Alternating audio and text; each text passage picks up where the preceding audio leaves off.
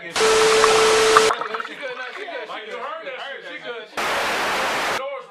it like?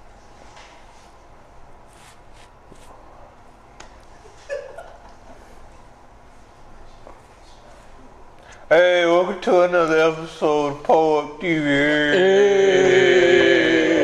Hey. So, we back again with another show. I got two guests on the show. To my left, gonna introduce yourself. You know, Harris. Harris, Hey, hey, motherfucker. Then I got another guest to my right. Gonna introduce yourself. Chris. Hey. So,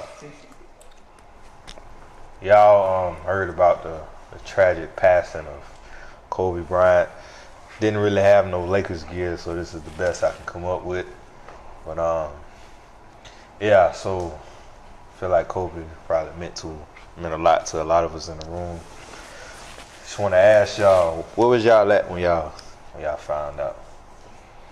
I was actually in the bed, scrolling through my phone, and I seen a lot of people like posting on Facebook with like, "Oh no, not Kobe." So I'm thinking, you know, another hoax. And then you go to, then I went and Googled it, and it said Kobe and at first it said Kobe Bryant and 5 others died in a helicopter crash. I was like, okay, I still just couldn't believe it. So it took a while for it to sink in. I'm like, people always, you know, making jokes like that, and when it comes to somebody like Kobe Bryant, they kind of like, come on, man, don't play around with Kobe like that. Yeah. So yeah, that was weird. Pretty much the same. It was a late night here in Turkey, so I was in bed and just saw the stuff on Facebook as well. Yeah. And then called my mom. My mom a big sports fan as well, so I talked to her and we just like going through the whole process, trying to process it all at the same time. So I was on the phone with her when it like shit came down, and so yeah, just like Justin, it's pretty much the same. I was in bed and just woke up and I had a message from I had a group chat. My homeboy texted me. He's like, "Hey man, Kobe Bryant died." I was like, your first reaction is like, "No way, not Kobe." I literally just seen dude on TV, and sure enough, looking at Facebook and Instagram, it was like Kobe Bryant died in a helicopter crash. And what made it worse, he had his daughter with him. I was just like, damn, bro. So it took a while to process it. Like even today, like a week later, it's still hard to believe it. Every time you go on YouTube or you watch a basketball game, all you see, or you go on social media, all you see is R.I.P. Kobe. You start seeing all these pictures with Kobe and his family, his daughters, and stuff like that. A lot of people may think of Kobe, the basketball player. Yeah, he definitely, was probably top 3 ever to play. But what made me think about it, what hurts me, is that you see Kobe, the father, the life he had after he retired. I've been watching Kobe play since I ever started watching basketball. I seen Kobe and Shaq was like my favorite duo ever. Been following the Lakers, but damn. So to see Kobe when he retired, I never seen Kobe ever that happy. Like him, coaching his daughter, being with his kids. Like you never seen Kobe smile so much.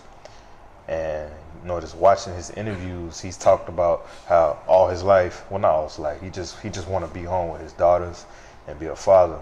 And he only had 3 years, man, to really be home and be with his family. And for him to go out like that, it's just like, damn, that shit made me think like, we could lose somebody close to us just like that. Like I feel like we take life for granted. And I think we should learn from this, that we should reach out to one another or to your family or your friends. And I don't know, some dude said it on ESPN. He was like, man, if you got like a little beef with somebody, your family or friends, man, put that shit to the side, man, because you never know. So anybody want to know more about it? I mean, like with me, I'm a father. I have 2 daughters, so I think that was probably the hardest thing that I had to deal with the tragedy that happened with Kobe. Is the simple fact that as a father, it's your job to protect your kids. That's your main goal in life. and knowing him, the man Kobe was on the basketball court, just in general, the father after basketball, everything he just done in general was just like, he was holding her, trying to, protect her during that time where she was looking like she just helpless, right? So I think that's what broke me down, like really, really hurt me the most, was the simple fact of being a father and knowing I couldn't protect my kid in that moment. But all you can do is look at her and let her know that it's going to be okay, knowing that the situation's not going to be okay. But that's all you can do is give that sense of comfort in that time of need. So that's what really, I feel like that's what resonated with me the most.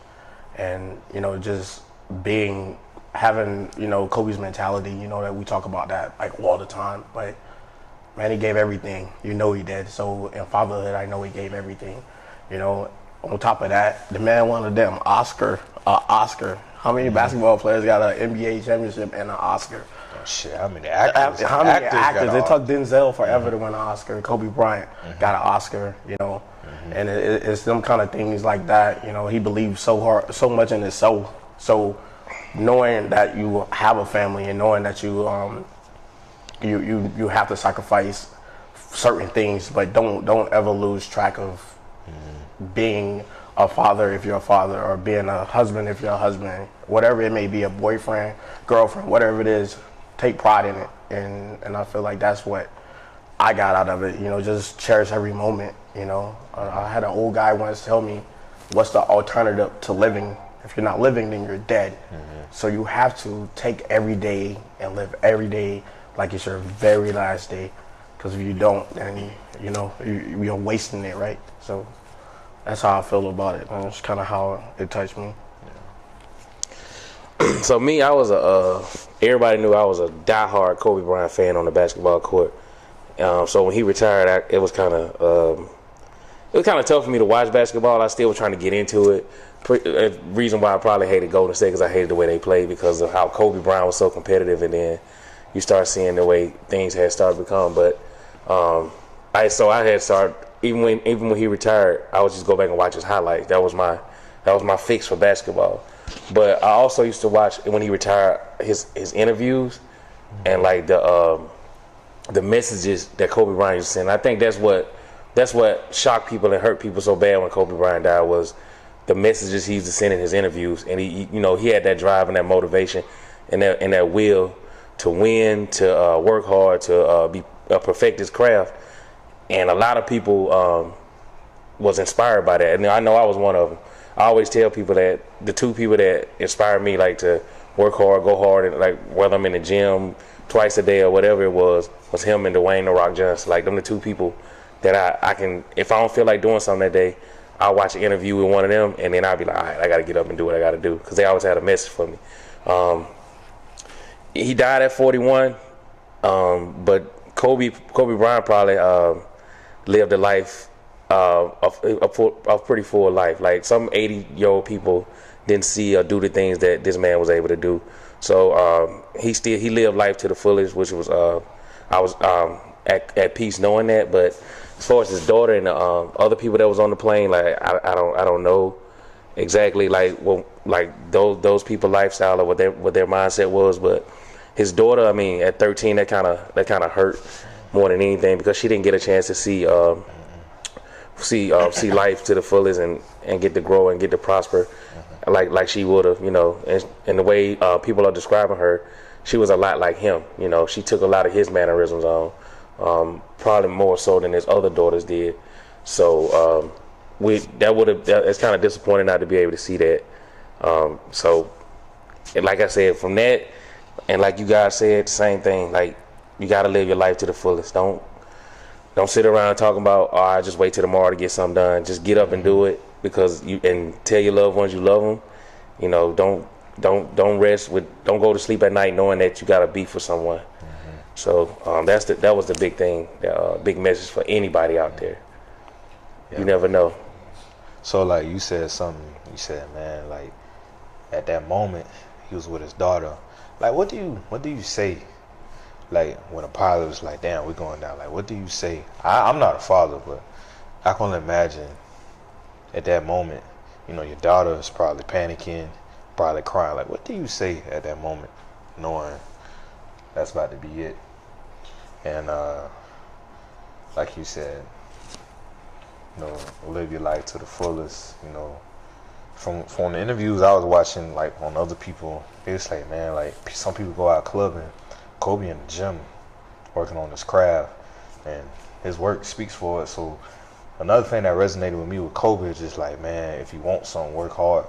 Like the times, like he said, I'm probably paraphrasing. He said the time where you don't want to get up, you don't feel like going, but you do it anyway. That's the stuff that pays off. That's the dream. That's greatness. Yeah, that's the Yeah. like people that go in the gym. I'm just use the gym. That's what I'm passionate about. When we wake up in the morning, I don't feel like going. Like, damn, I'm tired, but we go anyway. But we feel so much better after we go, and it pays off. Or anything, whatever y'all passion is. The times you don't feel like doing it, but you do it. That stuff pays off. And I just feel like since he passed, now I'm like looking at life like, damn, now I gotta have a mama mentality. Like, I gotta go hard. Like, if I'm doing it, I gotta go hard in it, type shit. But to turn up the mood a little bit, what's your favorite Kobe moment? For me, damn, man, I'm gonna say his last game. That shit was like a damn movie. That was classic. That shit. I think at the time, you had Kobe's last game, but then you had the Warriors breaking the record. either breaking the season record for the most wins in a season. I feel like most people watching this Kobe game, Oh, for sure. they overshadowed the Warriors. Man, every celebrity watching that shit, even though Kobe put up 50 shots, but this motherfucker put up 60 something points and hit the go ahead game winner to win a shot. I was like, yo, that's like you can't write shit like that. That's like a movie. Yeah, bro. so his last year, while the Golden State, it's crazy. They was breaking the record, and Kobe Bryant, it was the Kobe Bryant tour. Farewell tour. And the Lakers wasn't winning shit, but people was just going out, selling out to watch Kobe Bryant. And it's not no knock on because I feel like LeBron's gonna get that same treatment, but when Jordan was leaving the Washington Wizards tour, I don't think his was even as big at that moment. And I'm not trying to downplay Michael Jordan, but I'm talking about from what I remember, it was big, but I don't remember it being as extravagant as the way they made the Kobe Bryant tour. So that speaks volumes to what he did for the game, and he was I want to say Kobe was the last player to stay with one team his whole career. Him and Dirk Nowitzki. Yeah. Him and Dirk. But that's crazy. Rare, that's rare. You trying to switch teams? I mean, he thought about it. He thought about leaving. Yeah. But he didn't. But he didn't. So yeah, that was a good moment. Yeah. One moment, my brother, I got an older brother. He's a big Kobe fan too. But we got an opportunity to go see him play in Memphis. Damn, man. So, triple overtime game. Kobe dropped 33 that night. So it was like one of the dopest nights of my life. Big Jay-Z fan. I got to see Jay-Z in concert. So that was compared to Jay-Z in concert. So that was so I had two probably to see people that influenced me the most. Like I said, with Kobe and Jay-Z, like I'm influenced by them people, but to actually see them live and Kobe playing and Jay in concert was probably my favorite Kobe Bryant moment. Damn, man. Never been to a basketball game, bro. So I can't imagine seeing Kobe like. He had a mask. Remember he had a mask when he fractured his face? He had a mask on. Oh yeah, I remember that Kobe with the mask on. At least. Yeah, he had a mask. So that was dope. Believe it or not, that 60-point game, the 81-point game, those was dope. But honestly, my favorite Kobe Bryant moment is when they beat Orlando in the NBA Finals. The reason being, I never forget, I was in a undisclosed location. But at the time, it was the LeBron. At the time, it was the LeBron James, Kobe Bryant comparison thing. And LeBron he was with the Cleveland Cavaliers. He was on the rise. I am a fan of both, but I've always been more of a fan of Kobe. So I always pick Kobe. But that year, that's when they were supposed to. Everybody thought they was gonna be the two in the finals. I'm glad you brought that up. And The reason why that moment was special to me when he beat the Orlando Magic in the NBA Finals is because he finally broke that stigma of you can't win it without Shaq, and he carried his own team. So once I seen that, like even the Boston Celtics one wasn't as big as the moment he had with for me as the moment he had with Orlando, just because I seen him get over that hump and he finally got that monkey off his back. Because the year before that, when he lost it, I ain't trying to be funny or nothing like that. Dude, but Shaq got on there and said, "Kobe, how my ass taste." So I thought it was funny, but I think that's the most gay shit Shaq could have said. Yeah, he did. But at the time, nobody was looking at stuff like that. They just thought it was funny. But you know, they was like brothers, so there was a joke between them. But the media always hyped it up like they always do. Yeah. But I think that was my favorite moment was just having to be him getting over that hump, because I got so sick of the whole you can't do it without Shaq. You know, everybody else, you know, they don't never do that to nobody else. They didn't tell Jordan you can do it without Pippen. They just always use Shaq, you know. So that was my favorite moment. Damn, I really wish that year we could have seen LeBron and Kobe play. They never played a 7-game series. I really wish I would but we already know who would have came out on top. But you know, LeBron with the Lakers now. I'm gonna bring this up. This kind of upset me. The first game back with the Lakers. the first game since Kobe's tragic passing. You know, they do all these Kobe tributes. You know, you got Usher singing "Amazing Grace." That boy song the shit out of it. And I cried like a motherfucker. I did. I was not watching. Black folks always trying to make you hurt. I was like, damn, a whole new remix of Amazing Grace. Looking at you in your face and shit like, I'm next. Like, shit, man. You know something I don't know. We're going. I ain't gonna lie. You sung that shit. You had Boys and Men singing the national anthem. You know, you had LeBron come out and say his little speech. You had Wiz Khalifa at the halftime show saying, "See you again." These motherfuckers losing game. I said, what the fuck? How the fuck? Leave it up to LeBron. Leave it up to LeBron. Like, that's that shit. The half-ass. Niggas go get 60. Like, go get 60. That shit's not that hard. Go get it. You're the greatest player on the planet. Like, and you know, like Dame got 60 for him. Exactly. It seemed like all the NBA players was like giving their interviews and they take, and it seemed like they say LeBron for last to give his take on it. He gave his take, on Instagram, but then he had his own little speech before the game. But how you go out and lose?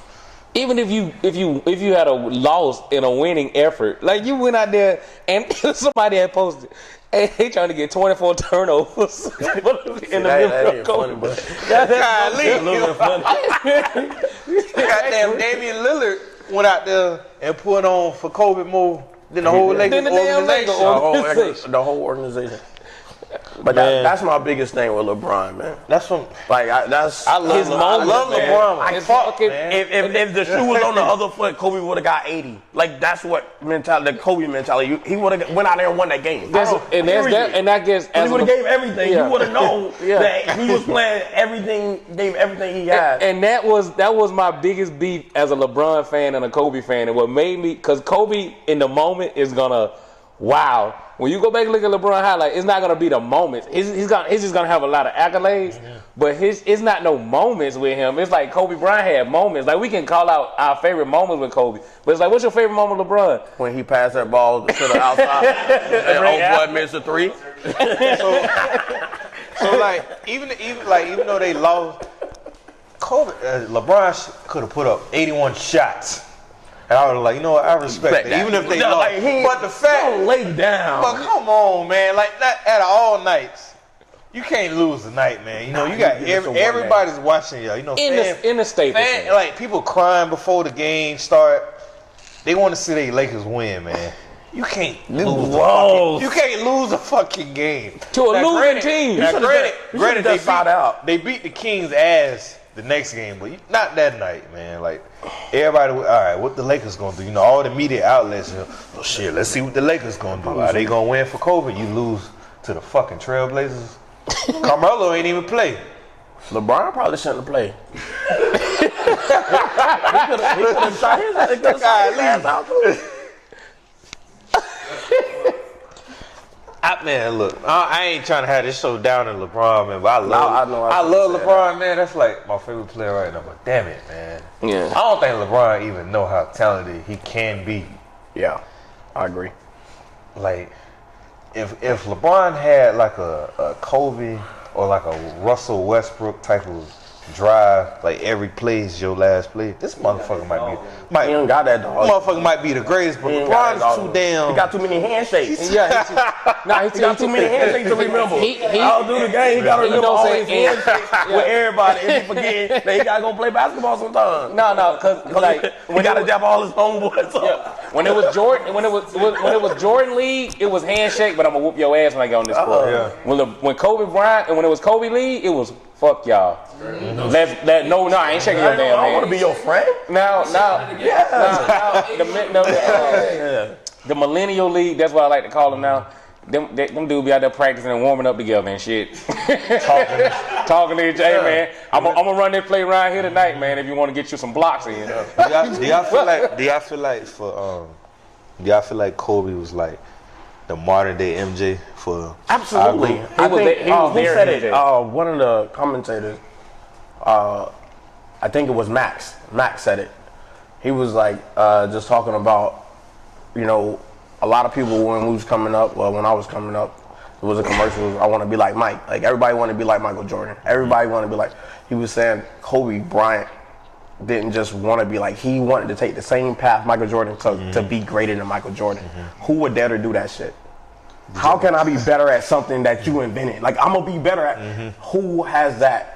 But that's what kind of mindset he had. Like he wanted to be better at Michael Jordan, doing it the same way Michael Jordan did it. Right. Did y'all see the video when they had Michael Jordan? Yes. In the split screen with Kobe? Yeah. Kobe literally did everything exactly like Michael. I watched that even before Kobe retired. They used to show that thing all the time. Mannerism, everything. Right. Like did he really just do this like Michael Jordan? He really just jumped up and doing this like Michael? Like Jesus. But you can't help who you got your mannerism from. But the message, goddamn. But get it up. I'm about to get up out of here. Nobody got an AC so cold in here, so they can get that coronavirus. Who somebody saying that coronavirus? I don't know what that AC is. If I start bleeding in my eyes, I need to go. But nah, I just, a lot of people may not, watch Kobe or don't understand like the pain or hurt, a lot of us feel, man. But it's crazy like how Kobe passed and how everybody all over the world just come together and, and just fellowship with one another, have moments like this. Like that's how big Kobe was, bro. Like, and what's sad, like, as successful he was in his basketball career, I feel like he was gonna be the same outside of basketball. Motherfucker won an Oscar. What, his first year or second year retiring? Yeah. And he was writing books. He was doing all types of stuff.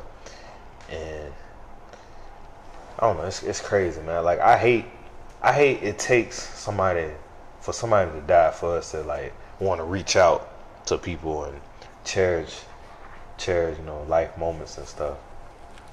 And yeah, but it's life. To me, I feel like a lot of celebrities died, over the years, man. I feel like this one, man, was just, I don't know, man. I feel like this one was the hardest to me. It was just so unexplained and so. It's like not even a few days before, LeBron passed him up at points, and they just showed Kobe, them shaking hands, and Kobe tweeted out, shouting out LeBron. I was just watching Kobe interview on YouTube, and for him to go out, just like, goddamn, like, that's crazy.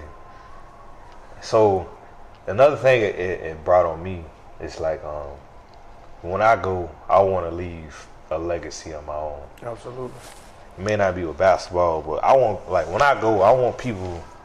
I ain't gonna say I want people to be hurt. I mean, everybody gonna be hurt when you die, but I want to leave my mark on the earth too. And like I said, every day, anything you do, you gotta go hard at it. Treat people nice. give back to, you know, the less unfortunate. That's for me. Well, I think you did a good job explaining that. Yeah, okay. I ain't going behind that, man. But no, even in I live my life by a quote, and I'll just share that quote. It's by Gandhi. It's live today as if you were to die tomorrow, but learn as if you were to live forever. And I wake up and I quote that every day before I go to work. Everything. I just feel like every day you have to live it to the fullest, but you can never stop learning because you don't know how long you're gonna be here. So always focus on yourself and making people around you better, and continue to understand that, you know, life is short and you've got to share the moments with the people that are important to you, and just continue to grind and have that MAMBA mentality. I mean, yeah, I kind of live that too. Like, somebody said that, like you said, if you're not living, you dying. So, which one you want to do? That's how it is. You gotta live life to the fullest. Like I said, tell your loved ones how much you love them. You know, don't hold no little petty beef with nobody. You know, you don't want to leave this earth and, you know, with that type of stuff, or someone leave this earth and y'all, you know, want that peace with each other. Mm-hmm. So I just say live for peace, man. Like, live, wake up, don't go to bed with no, don't have no regrets and stuff in life, man. Mm-hmm. Don't look back and be like, I should have did this, I should have did that, or I should have told him this. Why did it, you know? Because you got to live with that for the rest of your life, you know. So, you know, just losing loved ones and not being able to tell them how you feel, that's a tough thing.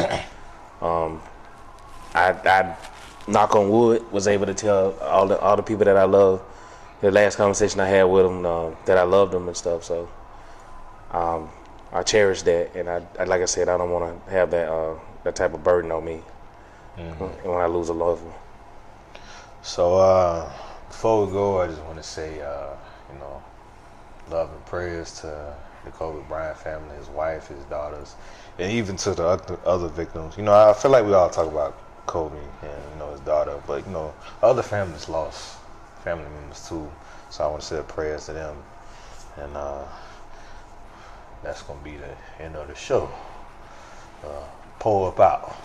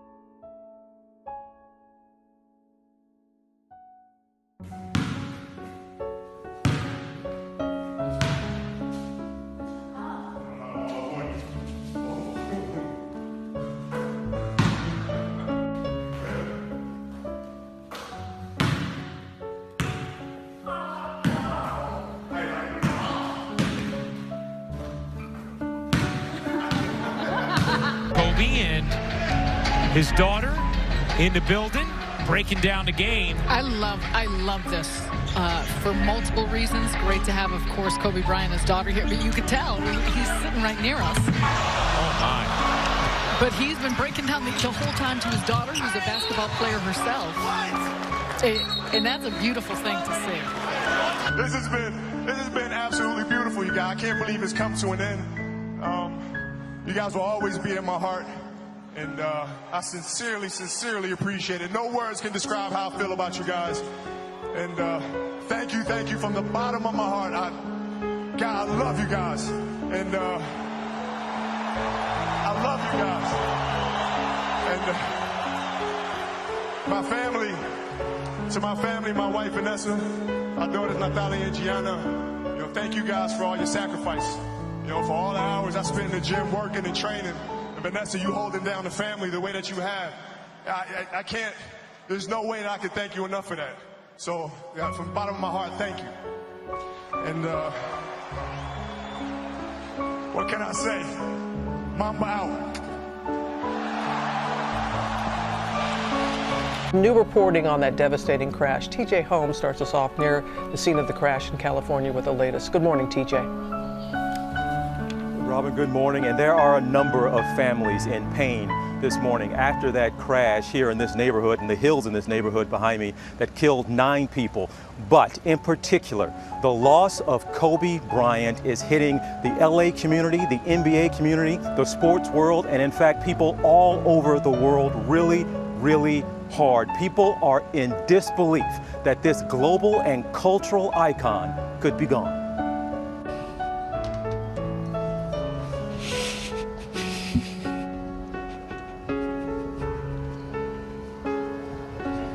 People from, where I'm from, and, for him to tell me that, in his book I'm an all-star and stuff like that, you know what I mean, like that, I talked about the popularity contest before, and you don't win things like that, when you're me.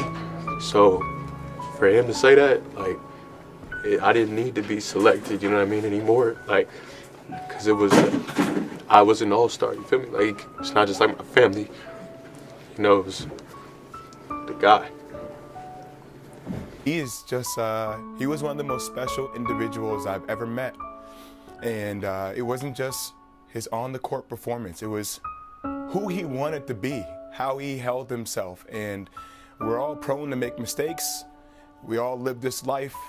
But his innate character, his being, his spirit was incredible. We take stuff for granted.